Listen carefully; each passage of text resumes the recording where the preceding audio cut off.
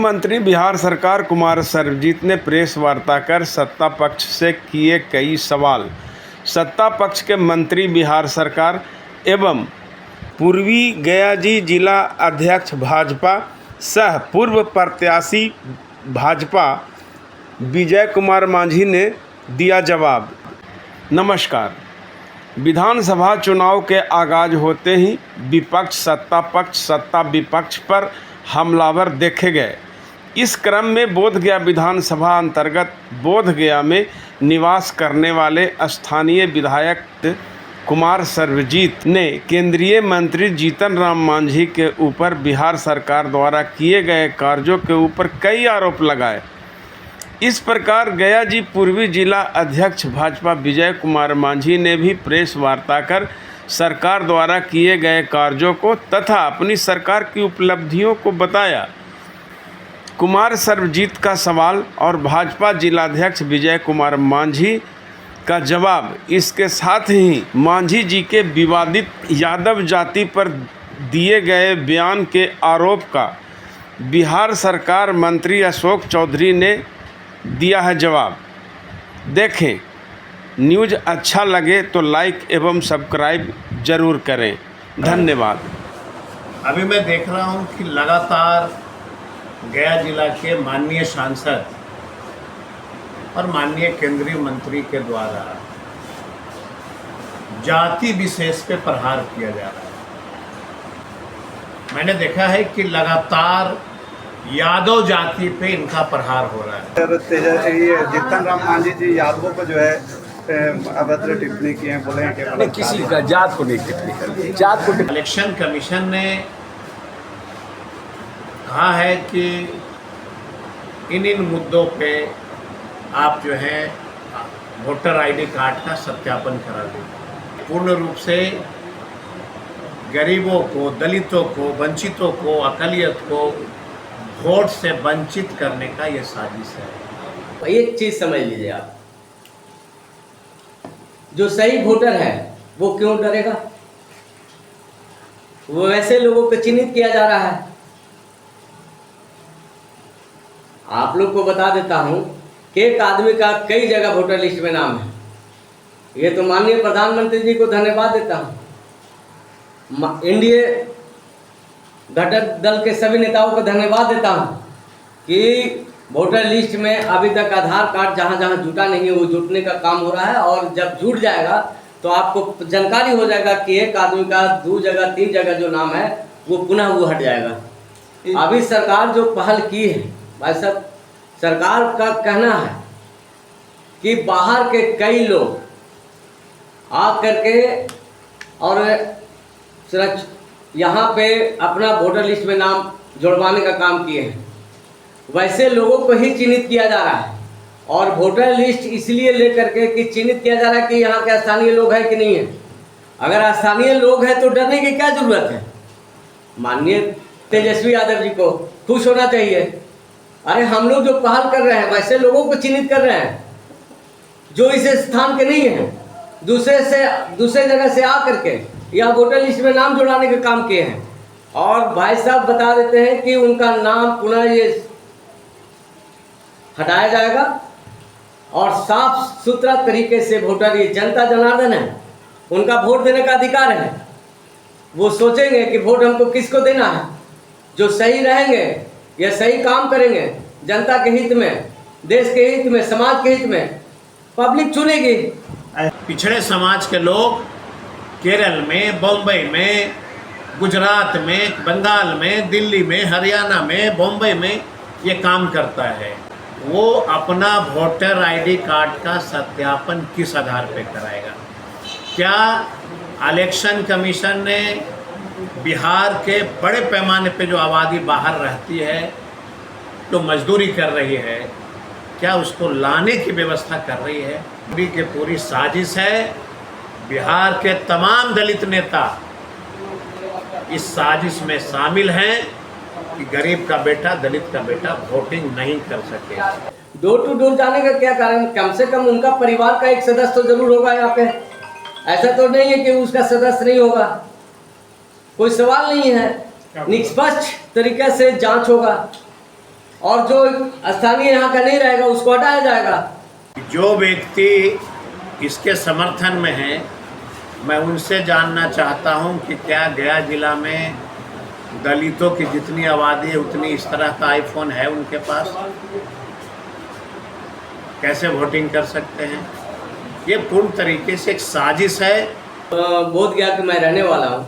अभी उप सभापति का चुनाव हो रहा था और सरकार ने निर्णय लिया वैसे लोग को जो बूथ में न जा कर के वोट दे सकते हैं, कहीं से भी किसी जगह पे रहें, ई वोटिंग सिस्टम, हाँ ई वोटिंग सिस्टम जो बनाया है, मैं स्वागत करता हूँ यशस्वी माननीय हमारे मुख्यमंत्री ये एनडीए नेताओं को कि इस प्रकार का पहल किए हैं। वो घर बैठे हुए किनके पक्ष में वोट देना है वो देंगे।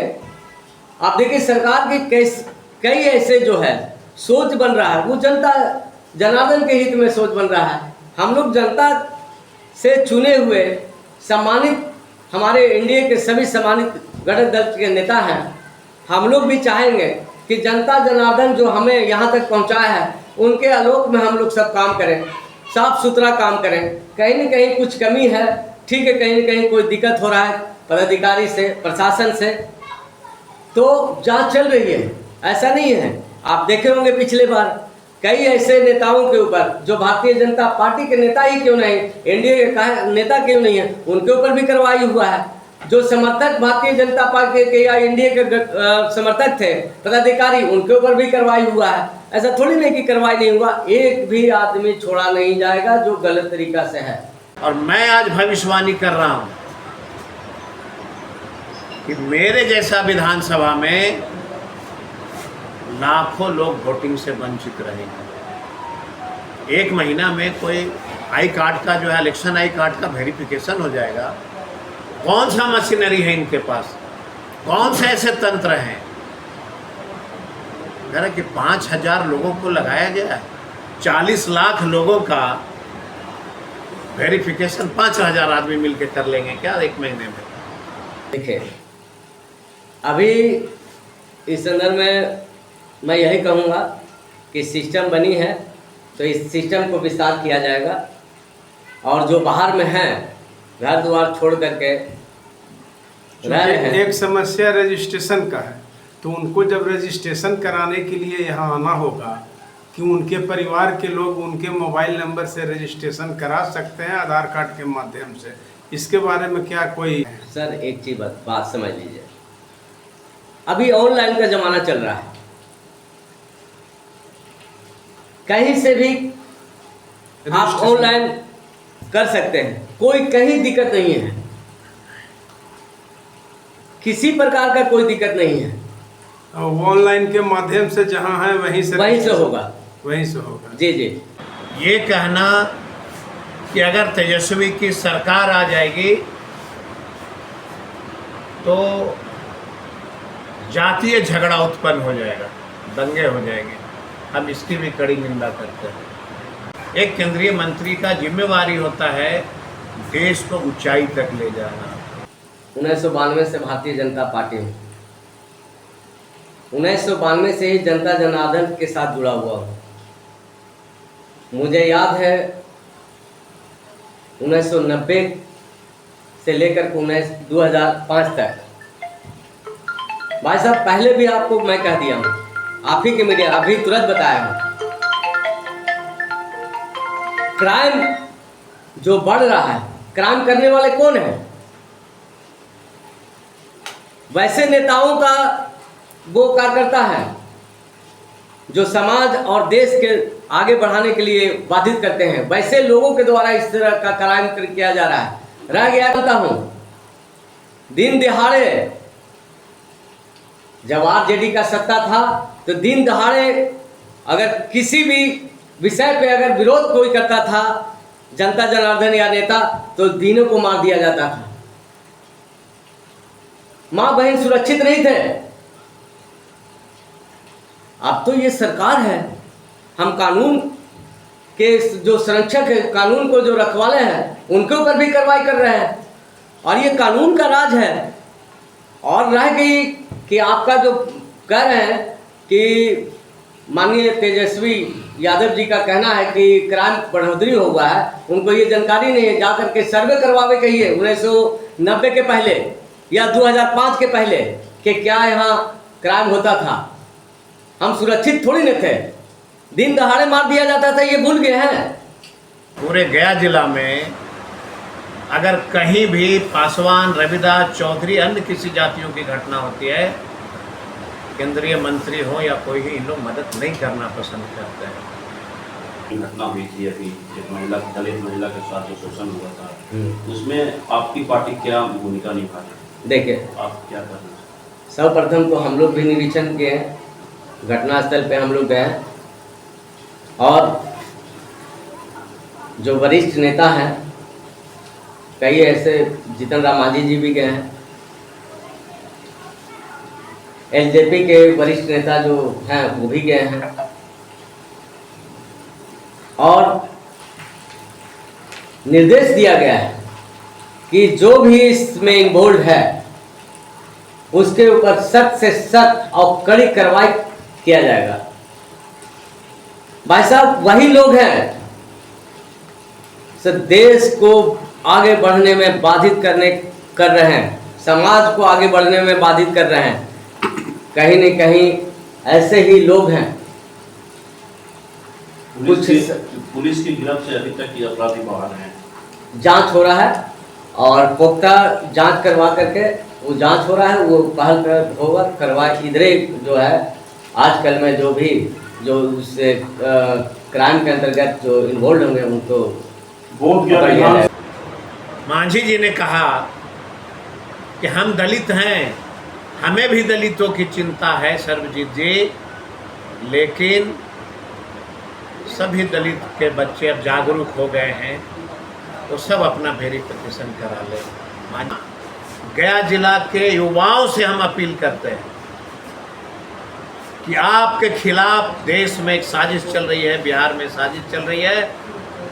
सभी जाति धर्मों के लोगों को जागरूक होना चाहिए। विपक्ष का काम, उनका काम एक ही सूत्र है कि हर आदमी को तोड़ना है,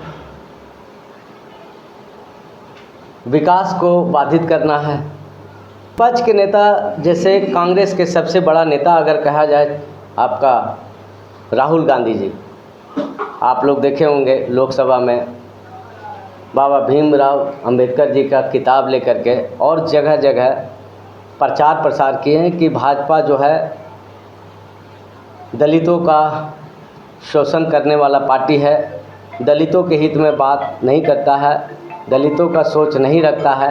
भारतीय जनता पार्टी 2014 से सरकार में जब से आई है और हमेशा एक सोच रहा है कि निचले पायदान पे जो भी किसी समाज के हों, दलित सभी को लेकर के आगे बढ़ाने का काम करना है। ऐसा अगर दलित का कहा जाए तो चिराग पासवान जी भी हमारे साथ हैं जो एलजेपी से आते हैं, जीतन राम मांझी भी सबसे बड़े नेता हैं और पूर्व मुख्यमंत्री भी रह चुके हैं, और इनका भी सोच रहा है कि जो सबसे निचले पायदान पे जो सबसे नीचे तबके के लोग रह रहे हैं, किसी भी जात का हो, उसका उत्थान किसी प्रकार से करना है।